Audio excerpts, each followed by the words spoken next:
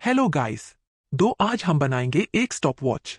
ये प्रोजेक्ट आप अपने रिज्यूम में डालकर अपने रिज्यूम को और भी अच्छा बना सकते हैं। तो चलिए शुरू करते हैं।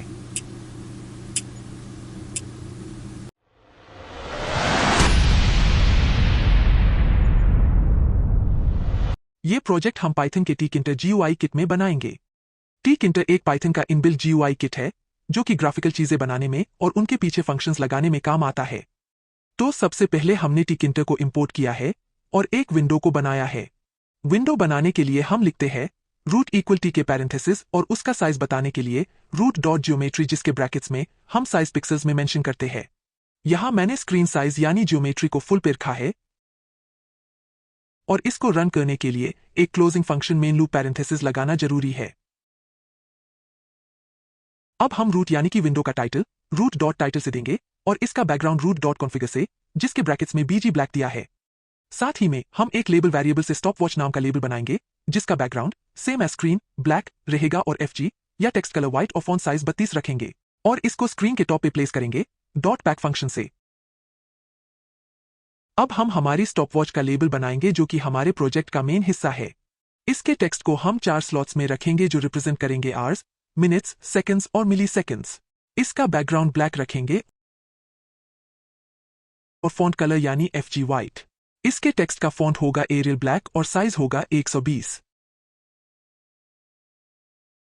अब पहले हम सीखेंगे प्लेस फंक्शन के बारे में। tkinter में प्लेस फंक्शन ऑब्जेक्ट्स जैसे कि लेबल्स और बटन्स को स्क्रीन पे दिखाने के लिए काम आता है। ये फंक्शन 2 पैरामीटर्स लेता है, x और y, जो 2 डायमेंशन में इसकी y एक्सिस से दूरी यानी x की वैल्यू और x एक्सिस से दूरी यानी कि y की वैल्यू बताता है। इसकी मैक्सिमम वैल्यू स्क्रीन के साइज से वेरी करती है। अब हम main अंडरस्कोरेबल co dot place function के साथ स्क्रीन पे शो करेंगे। इसकी x की वैल्यू यानी y से दूरी 400 रखेंगे और y की वैल्यू यानी x से दूरी 200 रखेंगे।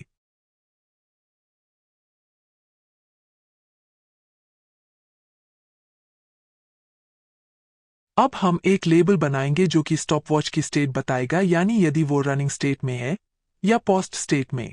स्टार्टिंग में हमारी स्टॉपवॉच पॉस्ट रहेगी तो हम इसका लेबल फिलहाल पॉस्ट रखेंगे। इसका बैकग्राउंड, फॉन्ट कलर और फॉन्ट साइज भी डिक्लेयर कर देंगे और इसको प्लेस कर देंगे x एक्सिस 40 पे और y एक्सिस 80 पे।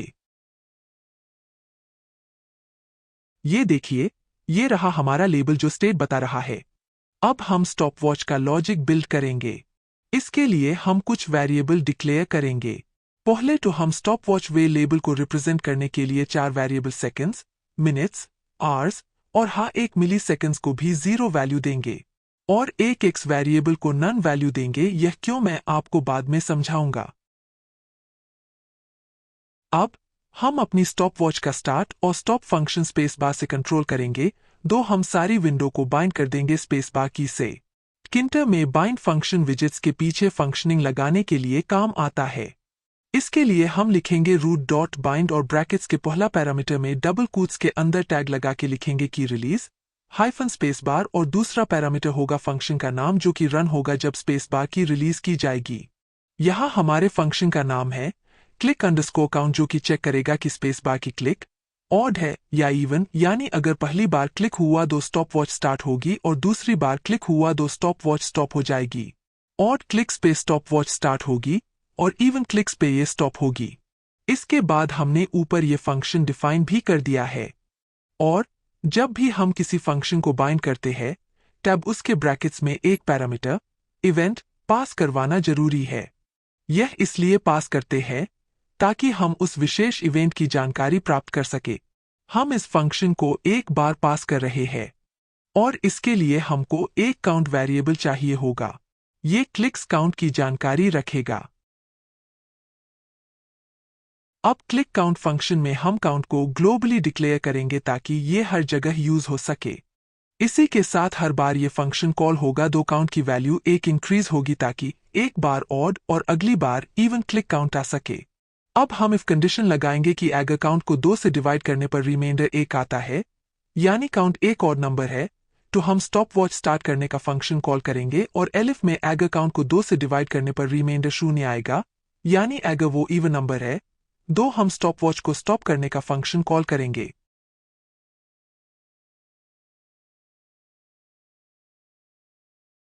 हम इन दोनों फंक्शंस को भी डिफाइन कर लेंगे और एक बार उनको पास कर देते हैं। अब पहले हम स्टार्ट फंक्शन को बिल्ड करेंगे। सबसे पहले जब हमारा फंक्शन स्टार्ट होगा, दो जो हमने स्टेट लेबल बनाया था ना, जो स्टेट बताता था उसको हम चेंज करके रनिंग कर देंगे। लेबल के टेक्स्ट को चेंज करने के लिए हम कॉन्फिग फंक्शन यूज करते हैं, जिसके ब्रैकेट्स में एक पैरामीटर टेक्स्ट रहेगा। अब हम कुछ जरूरी वेरिएबल्स को ग्लोबली डिक्लेयर कर देंगे ताकि वो इस फंक्शन में भी यूज हो सकें। इस फंक्शन में हम x को भी यूज करेंगे जिसकी वैल्यू हमने पहले नन रखी थी। और इस फंक्शन के स्टार्ट होने पर हम स्टॉपवॉच को स्टार्ट करने के लिए मिली सेकेंड की वैल्यू 1 बढ़ा देंगे। अब हम कुछ कंडीशंस लगाएंगे ताकि हमारे टाइम की वैल्यूज एक्चुअल टाइम पैटर्न के अकॉर्डिंग बढ़ सके। दो पहली कंडीशन होगी मिली सेकेंड की, क्योंकि मिली सेकेंड से ही स्टॉपवॉच स्टार्ट होगी। कुछ ऐसे कि जब मिली सेकेंड 100 हो जाए, 2 सेकेंड 1 बढ़ जाए और मिली सेकेंड दोबारा 0 हो जाए। अगली कंडीशन कुछ ऐसे होगी कि जब सेकंड्स का वेरिएबल 60 हो जाए, 2 मिनट्स 1 बढ़ जाए और सेकंड्स दोबारा से 0 हो जाए, क्योंकि अगले मिनट में सेकंड्स फिर से 1 से 60 तक गिनेंगे। और इसी के साथ अगली कंडीशन में जब मिनट्स 60 हो जाएंगे, 2 आवर्स 1 बढ़ जाएगा और मिनट्स दोबारा से रीसेट टू 0 हो जाएंगे।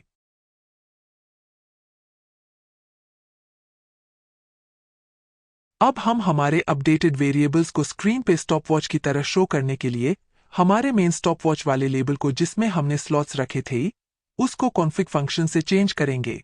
इसके ब्रैकेट्स में हम टेक्स्ट स्ट्रिंग फॉर्मेटिंग की मदद से भरेंगे। अगर आपको स्ट्रिंग फॉर्मेटिंग नहीं आती तो आप इसे पाइथन के स्ट्रिंग चैप्टर से पढ़ सकते हैं।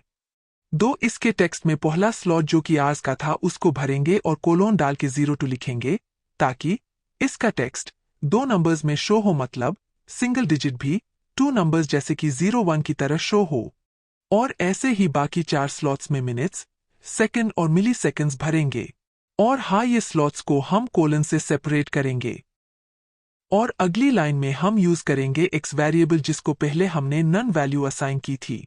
हम लिखेंगे रूट डॉट आफ्टर ब्रैकेट्स में पहला पैरामीटर होगा टाइम डिफरेंस जिसकी वैल्यू होगी 10, मतलब कि 1 millisecond. 10 units equal to 1 millisecond. और दूसरे पैरामीटर में हम लिखेंगे फंक्शन का नाम जिसे हमने इस टाइम लैप्स के बाद कॉल करवाना है। ये एक्चुअली करेगा क्या कि ये 1 मिली सेकंड के बाद स्टार्ट फंक्शन को कॉल करेगा ताकि एक लूप क्रिएट हो सके और हर मिली सेकंड स्टॉपवॉच अपडेट होता रहे, ताकि हमारा स्टॉपवॉच एक्चुअल टाइम की तरह रन हो सके।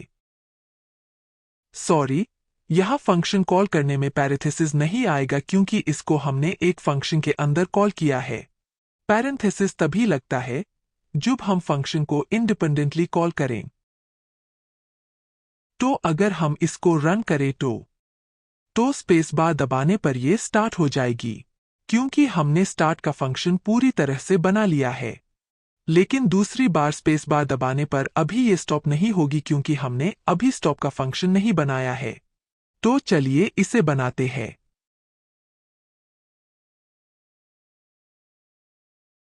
तो सबसे पहले जब भी स्टॉप फंक्शन कॉल होगा तो जो वेरिएबल हमारी स्टॉपवॉच की स्टेट बता रहा था उसको कॉन्फिग फंक्शन से चेंज करके पोस्ट कर देंगे। और इसके बाद अब हम इस फंक्शन में x वेरिएबल को ग्लोबल डिक्लेयर करेंगे।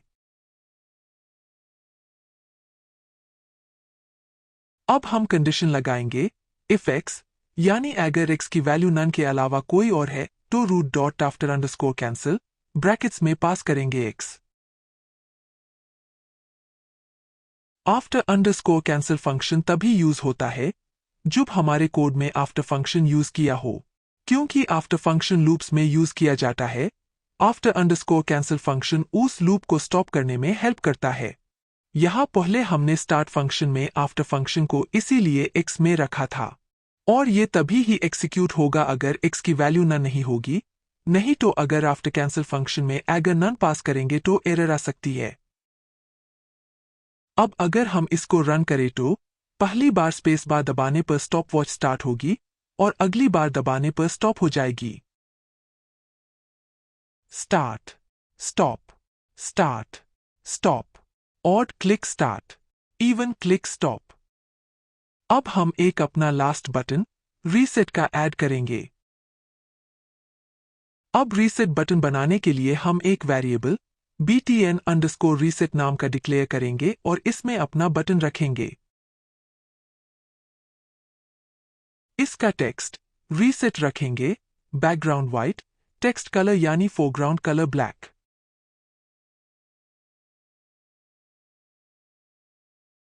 बटन की हाइट 1 और विड्थ 6 रखेंगे। फॉन्ट रखेंगे एरियल और फॉन्ट साइज 25। और एक और पैरामीटर डिक्लेयर करेंगे command equal to reset. Command function bind की तरह ही है, बस बाय डिफॉल्ट ये लेफ्ट माउस क्लिक से बाइंड होगा। रीसेट एक फंक्शन होगा जिसको भी हम ऊपर डिक्लेयर कर देंगे। कमांड पैरामीटर में हमेशा एक फंक्शन ही आता है जो कि सेम एज बाइंड की तरह काम करता है, पर अब की बार फंक्शन में इवेंट पैरामीटर पास करवाने की कोई जरूरत नहीं और हम एक बार इस फंक्शन को पास कर देते हैं।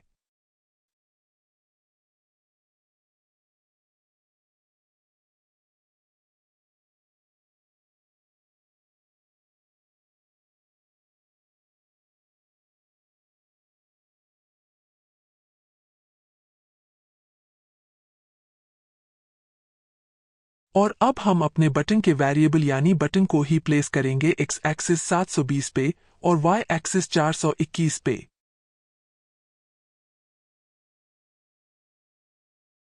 ये देखिए, ये रहा हमारा बटन।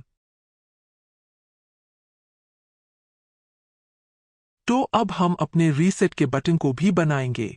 तो इसके लिए पहले तो जब भी रीसेट हम इन फंक्शन सब कॉल होगा वेरिएबल्स तो को शून्य stopwatch की वैल्यू दे state, देंगे क्योंकि paused रीसेट हो फंक्शन जाएगी। जब भी कॉल हो तो स्टॉपवॉच अपनी अब हम इनिशियल कुछ जरूरी यानी starting वेरिएबल्स most को position ग्लोबली में आ डिक्लेयर जाए। करेंगे।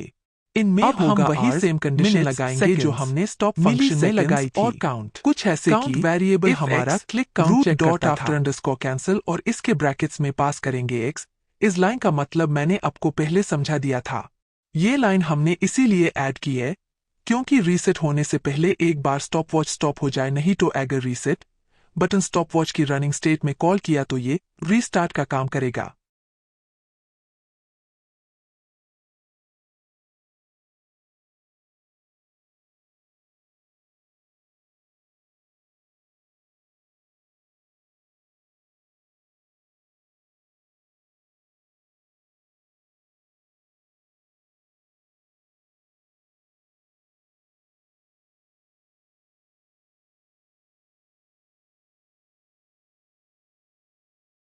अब हम मेन लेबल को भी रीसेट कर देंगे कॉन्फिग फंक्शन से और इसकी वही इनिशियल वैल्यूज रखेंगे, यानी सारे स्लॉट्स की वैल्यू 0 रखेंगे। ये वही लेबल है स्टॉपवॉच स्टार्ट जो कि टाइम अगर पे हम चेंज रीसेट होकर दबाए तो स्टॉपवॉच फिर भी जैसे ये बटन चलता है। चलेगा। तो चलो अब इसे रन करते हैं। साथ ही में हमारा ये लेबल भी बराबर स्पेस चल दबाने रहा पर है। स्टॉपवॉच स्टार्ट होगी और अगली बार यानी इवन क्लिक पे ये स्टॉप होगी। रीसेट बटन दबाने पर स्टॉपवॉच इसी के रीसेट हो साथ जाएगी। हमारी स्टॉपवॉच का कोड हो जाता है कंप्लीट। आशा करता हूं कि आपको स्टॉपवॉच बनानी आ गई होगी। Thanks for watching this video. Thank you very much. Bye for now. Good bye.